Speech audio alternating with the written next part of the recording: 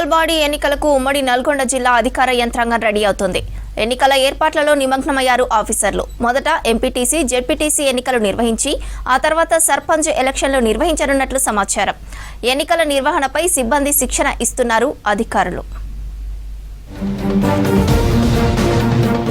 స్థానిక సంస్థల ఎన్నికల నిర్వహణకు సిద్ధమవుతున్నారు అధికారులు. గతేడాది జనవరిలో సర్పంచ్లకు, జులైలో జిల్లా, మండల పరిషత్ పాలక వర్గాలకు పదవీకాలం ముగిసింది. ప్రస్తుతం స్పెషల్ ఆఫీసర్ల చేతిలో పాలన కొనసాగుతోంది. ఏడాది దాటినా పాలక వర్గాలు లేకపోవడంతో ఎన్నికల నిర్వహణపై ప్రభుత్వం ఫోకస్ చేసింది. పనుల్లో అధికారులు బిజీగా ఉన్నారు. ఇప్పటికే ఓటర్ ముసాయిదా జాబితా ప్రకటించారు. పంచాయతీ, ఎంపీటీసీ, జెడ్పీటీసీ ఎన్నికలకు సిబ్బందికి శిక్షణా తరగతులు నిర్వహించారు. ముందుగా ఎంపీటీసీ, జెడ్పీటీసీ ఎన్నికలకు ఏర్పాట్లు చేస్తున్నారు అధికారులు. ఆ తర్వాత 3 విడతల్లో పంచాయతీ ఎన్నికలు నిర్వహించనున్నారు. ఎంపీటీసీ ఎన్నికలు 2 విడతల్లో నిర్వహించే అవకాశం ఉంది. నల్గొండ జిల్లాలో కొత్తగా కలిపిన 24 పంచాయతీలతో కలిపి మొత్తం 868 గ్రామ పంచాయతీలున్నాయి.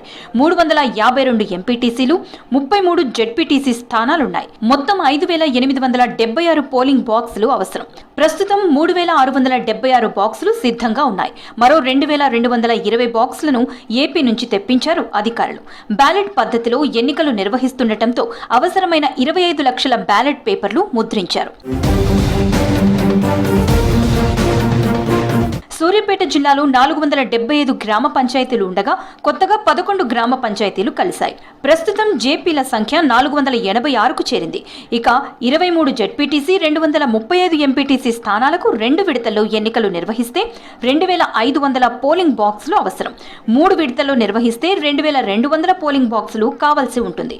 ఓటర్ల సంఖ్యకు తగ్గట్టుగా అవసరమైన పోలింగ్ బాక్సులను ఏపీ నుంచి తెప్పించారు. ఇక 7 లక్షల బ్యాలెట్ పేపర్లు అవసరం ఉంది.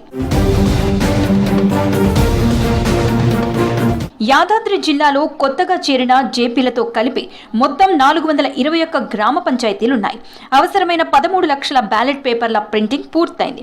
1580 బ్యాలెట్ బాక్సులుండగా మరో 700 బాక్సులను అధికారులు సిద్ధం చేస్తున్నారు. 3719 పోలింగ్ స్టేషన్లను గుర్తించారు. ఎన్నికల బందోబస్తుకు 4500 మంది పోలీసు సిబ్బందిని నియమించారు.